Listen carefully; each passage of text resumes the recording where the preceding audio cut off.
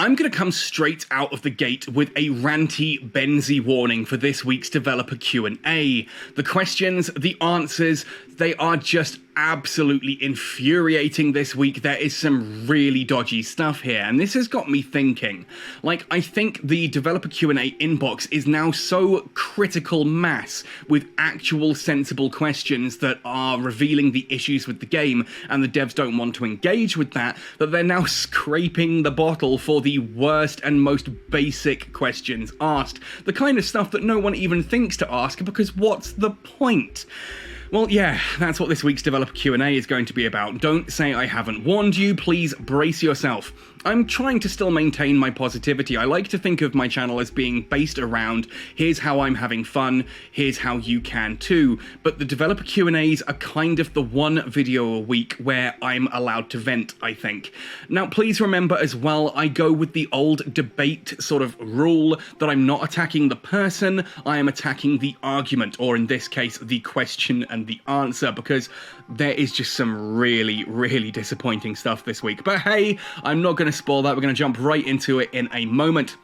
Developer Q&As are a series of videos where the developers are asked a series of questions posed by you, the community. They respond to those questions. I go through these each week to add a little bit of extra insight onto what can be some very dodgy and short answers based on previous developer Q&As, Discord AMAs, and just my conversations with the developers as well, just to give you that little bit of extra insight into what a dev, into what these answers could actually mean, because taken out of context, they can be pretty naff, but put them with some context, you can get some interesting stuff. Also allows me to talk about like the Eve Echoes game design.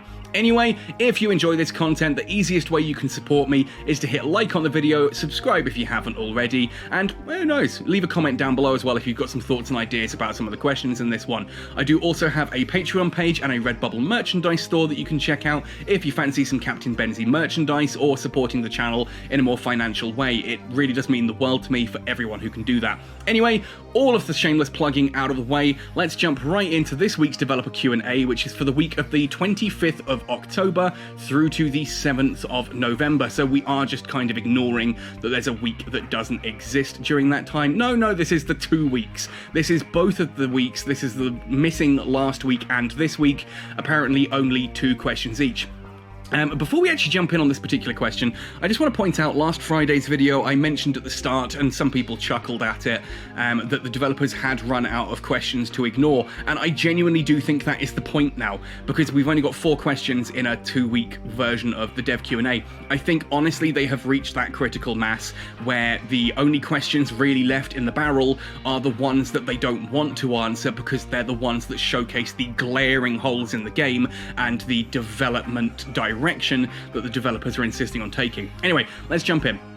So question number 1. Since we get a new mechanic with fuel, is there any plan to add a new low slot or mid slot module that can use fuel to boost up our personal capacitor or shield using ammo fuel like in EVE Online? Basically, they're talking here about cap boosters.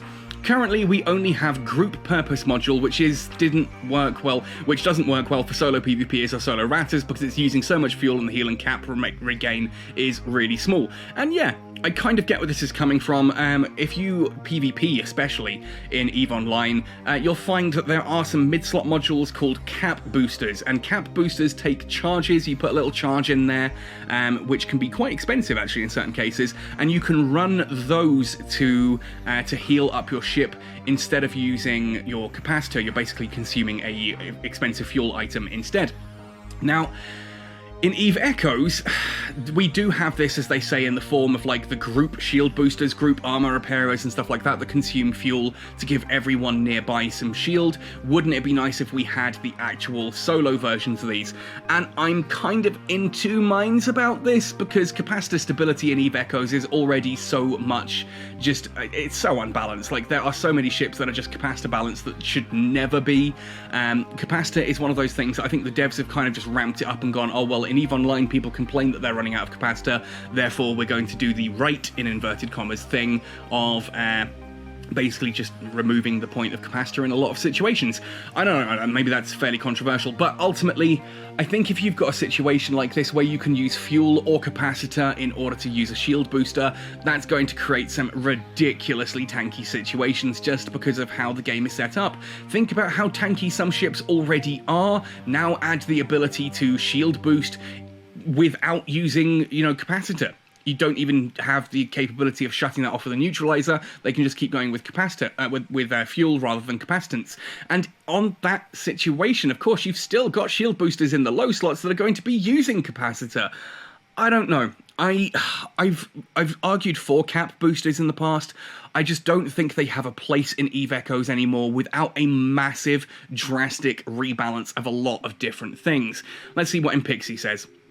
To design this kind of repair module, we first need to design items such as batteries, which will increase the complexity of the game. The current simple fuel mechanic is not compatible with such modules. Yeah, it is! Yeah, it really is! If you can get a shield bubble, a interdictor sphere, a group capacitor transfer, or a group shield repairer, a shield booster or armor repairer, if you can do all of these things using fuel, then you sure as hell can add a new, booster that does it, just for the ship. That's such a non-excusive answer. What? Yes, you genuinely can do that. There is no difference between having a command burst module that activates every minute or whatever, and consumes so much fuel, as a shield booster that acts every 30 seconds and consumes so much fuel. What is the difference? There is no difference here, and this is what I'm talking about with Ranty Benzie warning here today. Impixie, I don't want to be mean to a developer here, I really don't want to be mean, but I kind of have to be. Whenever you get answers from Impixie, it genuinely feels like they've wheeled him out of the broom cupboard. What was this guy doing? What does Impixie actually work on otherwise? Because he seems to have no concept of how any of the coding or game design actually works in this game. Look, I'm not a developer, but I've known enough of them over the years to understand how basic stuff works in game design. And simply put, you can see that they've got modules that are already doing this. A group shield booster is a fuel-using module that consumes fuel per activation to boost up every ship in the nearby area, including the one it's fitted to. So if you can already have a module that heals up the ship that it's fitted to and uses fuel rather than capacitor, all you need to do is just copy-paste that, up the numbers, and then delete the affects other ship part of the code. That's not complex! That's really not complex, and you don't need items such as batteries. Literally, the cap boosters in EVE Online, yes, they use specific fuel, but so does everything in EVE Online. Command bursts use different fuel to other mechanics.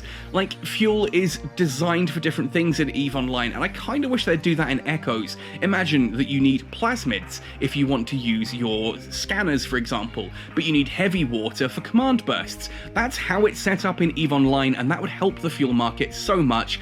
And this is just utter crap that they need to design items such as batteries. I've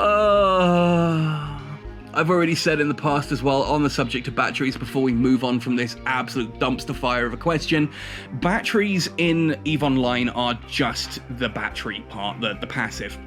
Fit it to the ship, get bigger capacitance. Simple as that.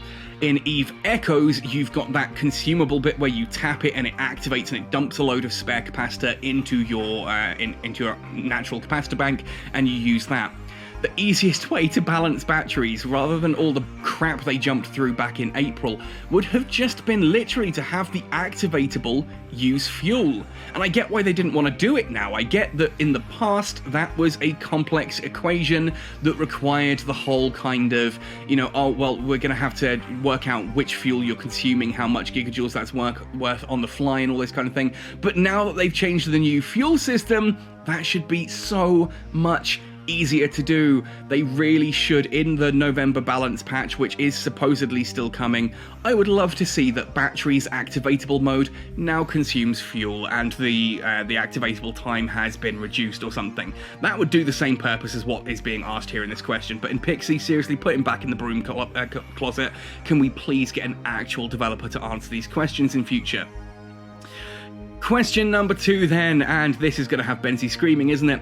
Could the accuracy fall-off bonus on the Vigilant and Daredevil be changed to tracking speed that the other turret pirate faction ships have? Oh, God.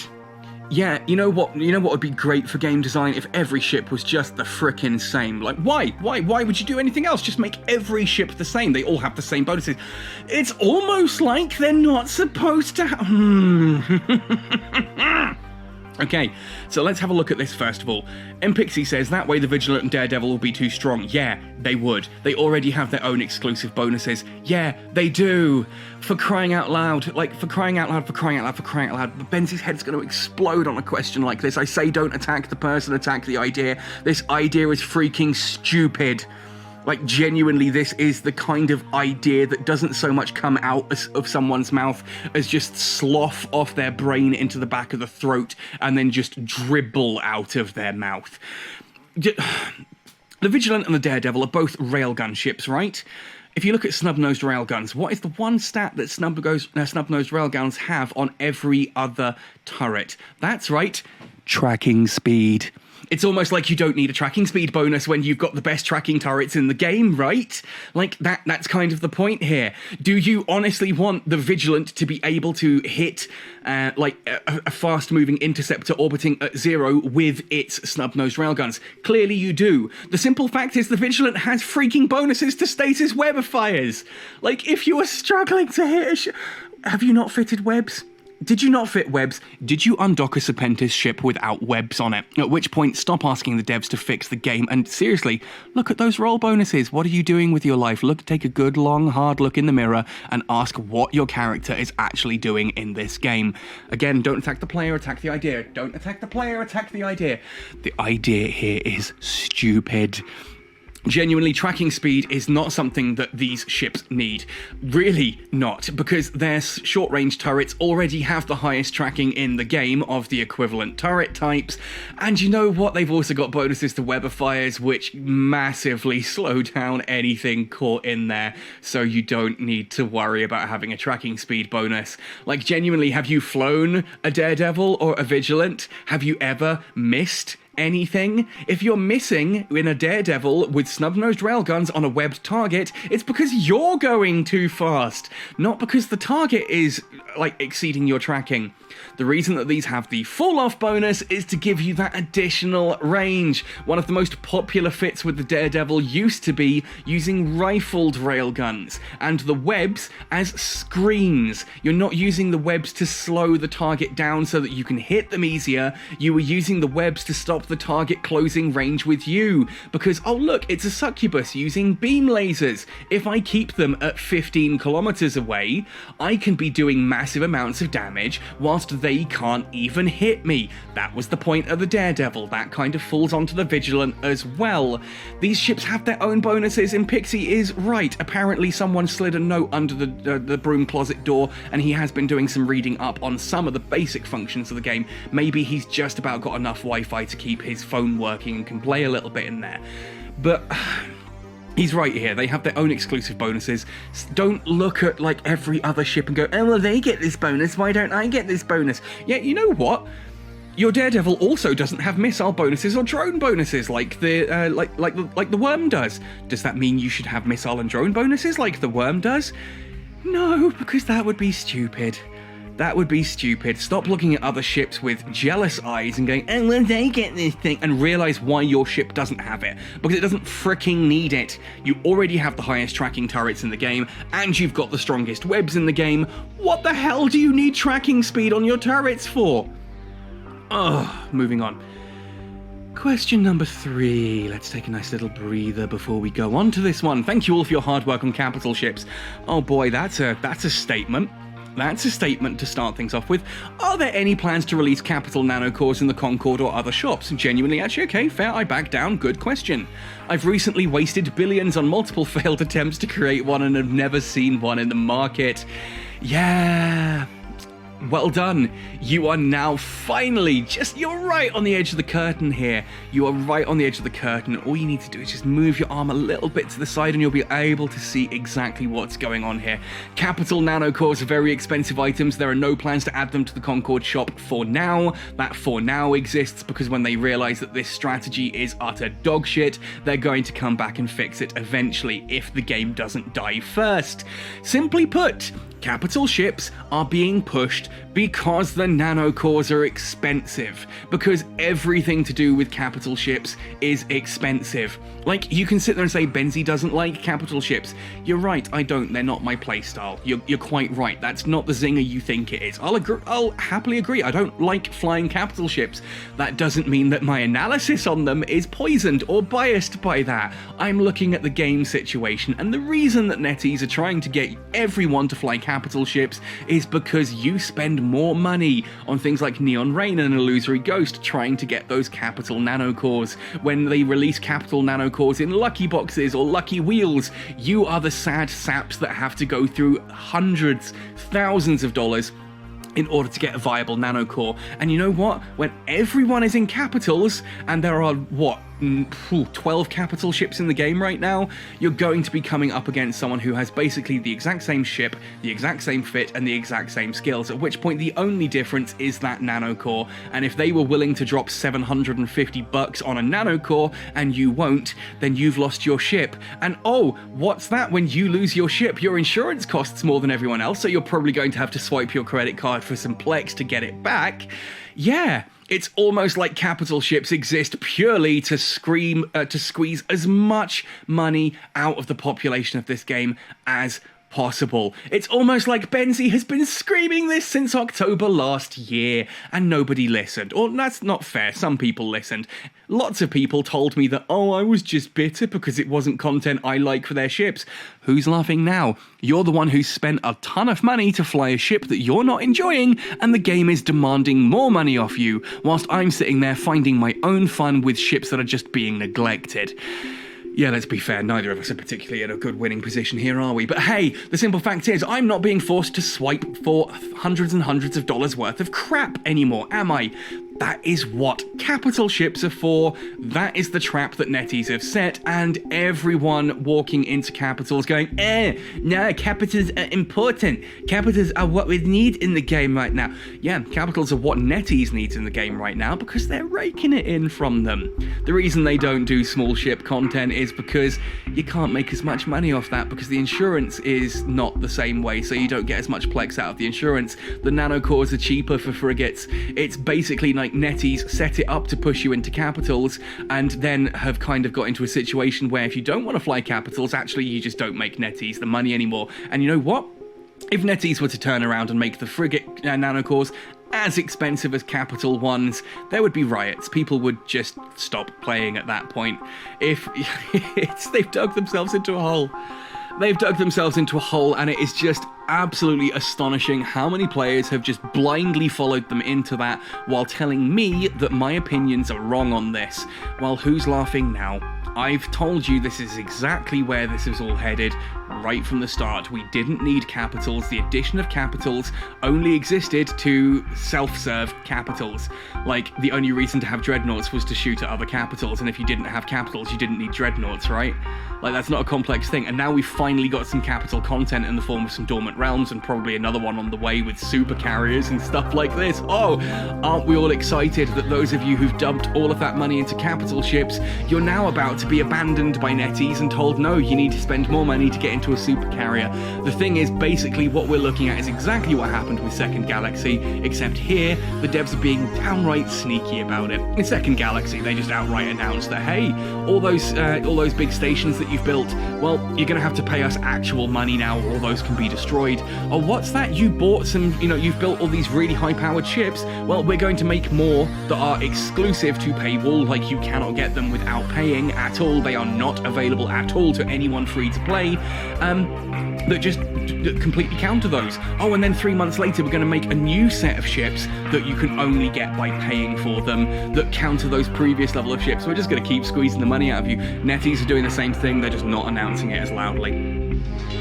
Question number 4 then, before my head explodes. Due to the recent release of the Nanocores on the Yanjung ships, are you planning to release a Decomposer-focused implant as well? Yeah, this is a bit of a weird one. I'd love to see the Yanjung. I'd love to actually get the freaking Shan Yue and Kan Yue and the Wang Yue and the Hui Yue, or whatever the hell you pronounce that one as. The 4 Yanjung ships that aren't prototypes, they are there. We've seen them teased. We just need to get them. We need to actually have a way to get Yanjung modules repeatedly. You know, rather than just relying on people signing up for the game, going for the first month of Omega, and then selling that on the market. We can get rigs. You can get Decomposer rigs in the game. You can even get the Nanocore skills in the Nanocore skills. You can get the Decomposer skills in the game, which is the biggest noob trap ever. But you can't get any of the ships. Can't replace any of those modules if they get lost. If the ship's destroyed and you don't have the insurance to bring it back, tough luck, gone for good, bad luck, dead duck. Yanjung are very much the forgotten child of Eve Echoes. They should have been released in the first year. I don't understand why they weren't. Hey guys, we're adding the Yanjung to Eve Echoes. They're going to be amazing. They're exclusive to this game. They're exciting. Look at all this concept art, these new weapons, this cool backstory. And then we do nothing for 2 years. Oh no, not entirely nothing. We add UA to a couple of bits of story that make no freaking sense.